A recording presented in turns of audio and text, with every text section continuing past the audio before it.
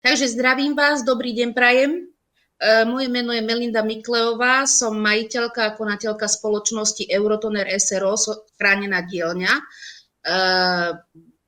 Moja chránená dielňa, alebo teda Eurotoner SRO, sa primárne živí tým, že predáva, servisuje a prenajíma kancelárskú a výpočtovú techniku.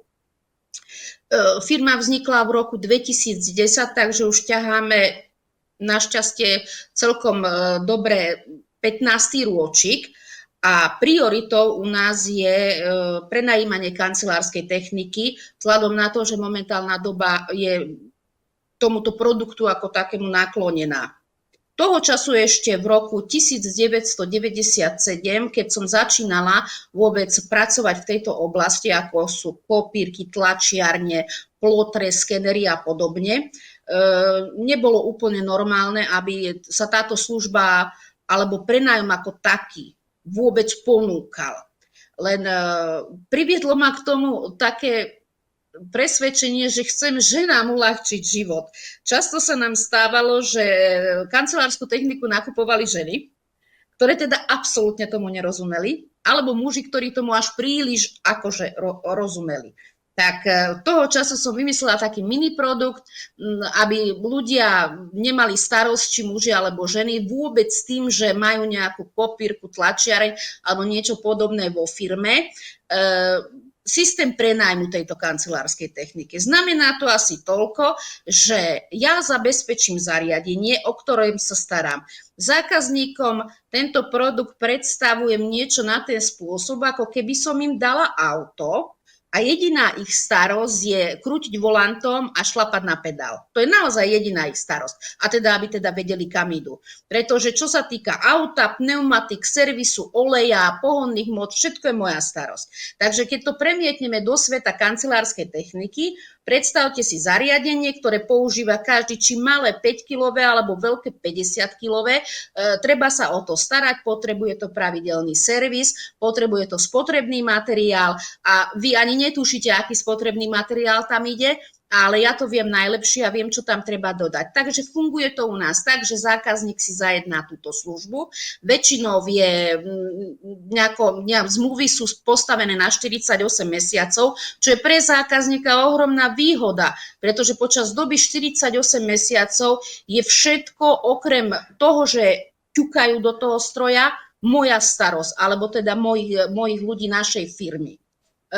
Zákazník dostane stroj, dostane spotrebný materiál. Stroje sú dnes už tak sofistikované, že stroje mne ako dodávateľovi hlásia, že im chýba napríklad čierny toner alebo potrebujú pravidelnú údržbu. Zákazník o tom ani nevie, že stroj niečo takéto prostredníctvom internetu poslá, takúto nejakú výzvu alebo správu. Tak preto väčšinou volajú tie stroje bonzáci, áno, lebo ten, čo to používa, o tom ani netuší, ale proste my vieme, čo máme robiť. Často sa stane, že dokvitneme k zákazníkovi, či už so spotrebným materiálom, alebo s kufríkom, že ideme na stroji niečo robiť a on netuší, čo sa deje. Ale to sú také tie milé prekvapenia.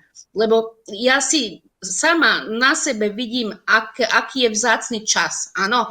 A aby niekto, kto sa venuje napríklad právu, že je právnik alebo advokát alebo čomukoľvek inému, aby on pol dňa strávil tým, aby vôbec zohnal toner do svojej kopírky alebo tlačiarne a ešte sa trápil s tým, ako to vymeniť, lebo teda mení sa to možno raz za pol roka, raz za rok, človek si to nezapamätá. Tak ako není jednoduchšie zariadenie si prenajať, platiť za to, že tamto zariadenie strojí a o všetko ostatné sa postará firma. Takže už to celé začalo tým, akože chcela som tým ženám, kamarátkam, známym, ja tomu rozumiem, ale oni nie. Takže takto nejako tak milo vznikol tento produkt a ťahá sa to už podotýkam od roku 97, takže to je dosť veľa. Nehovoriac o tom, že tento náš konkrétny produkt oslobodzuje zákazníka od investície ako takej, pretože on si ten stroj spláca. Potom po 4 rokoch môže si ho odkúpiť, ako vo firmách napríklad jazdené auto, ale väčšina to neurobí. Tak sa im zapáči ten svätý pokoj, čo vďaka tejto službe má, že povie, doneste mi novú a pokračujeme ďalej, čo je úplne úžasné, takto to má byť. A ďalšia vec, tento produkt, my sme chránená dielňa, ja sama mám zdravotné problémy a väčšina ľudí okolo mňa má zdravotné problémy. Úžasné na tomto produkte je, že na toto potrebujete bystrú hlavičku.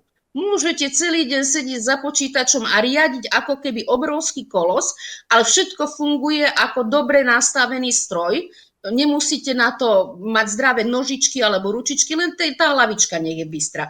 A nehovoriac o tom, že zamestnávam prioritne ženy. Áno, pretože ženy, každá žena, čo má rodinu, domácnosť, deti, tak každá žena by mala dostať ako minimálne vysokoškolský titul ako manažérka a ženy to dokonale dokážu zmanéžovať, aby zákazník dostal včas servisný zásah, aby dostal včas médium ako papier alebo spotrebný materiál. Takže ako, je to také mne osobne milé, že robia to ženy, ktoré majú nejaký zdravý handicap, ale majú bystrú hlavičku. Takže pekne sa mi to tak zabalilo, áno, a som rada a pokračujeme ďalej. Každá vec má svoje výhody aj nevýhody. Táto služba má z pohľadu dodávateľa jednu obrovskú nevýhodu. Musíte mať buď veľmi kvalitnú leasingovú spoločnosť, alebo vlastný kapitál na to, aby ste tie zariadenie nakúpili. Pretože tie zariadenia niekde treba nakúpiť a potom ich nejakým spôsobom posunúť do užívania ďalej. Takže toto treba mať dopredu premyslené, ale takto by sa autá sa takýmto spôsobom, áno, posúvajú ďalej, alebo čokoľvek sa takto môže posúvať ďalej. Každá vec sa dá zaobaliť do služby. A to je to slovo zázračné, čo ste mi prvýkrát vypovedali. Ja som ho nevedela narýchlo vysloviť. Dúfam, že sa mi to teraz podá. Servitizácia, áno, takže teraz už viem, čo robím. Ďakujem, zase som o čosi múdrejšia.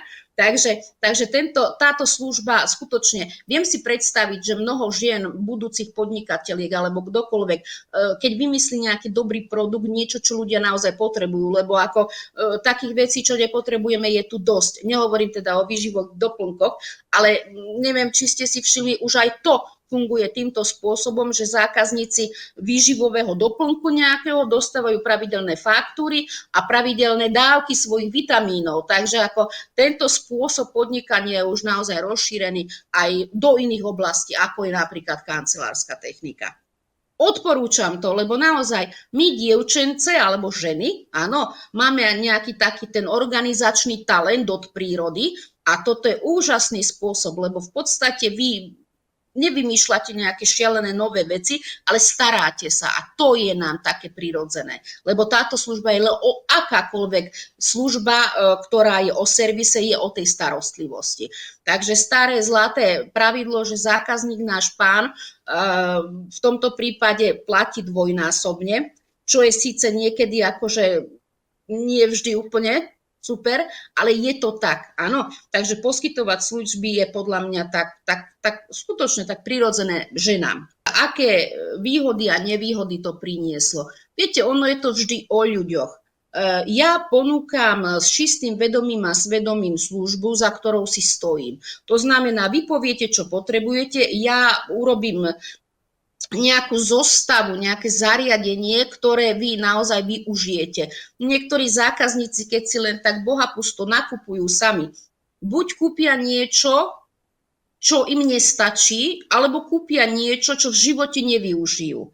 A ja vzhľadom na svoje 30-ročné skúsenosti viem povedať, čo potrebujú, čo je veľmi dôležité. A nebudú si to kupovať, ale ja im to ako keby zapožičiam na užívanie.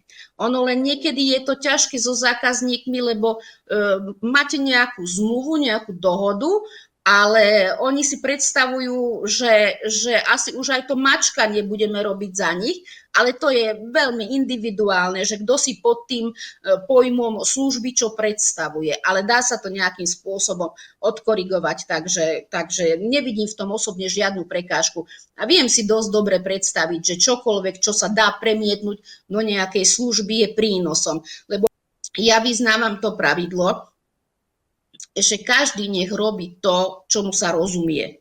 Nech nestráca čas tým, čo je pre neho úplná španielská dedina. Je to úplne zbytočné. Dodnes nepopieram, mám zákazníkov, ktorí o takomto niečom ako prenájom a servis nechcú ani počuť. Mám dodnes takých zákazníkov, moje, on si to musí kúpiť, on keď sa to pokazí, musí zavolať, keď sa mu minie toner, musí si ho objednať, proste asi má veľa voľného času, tak by som to povedala.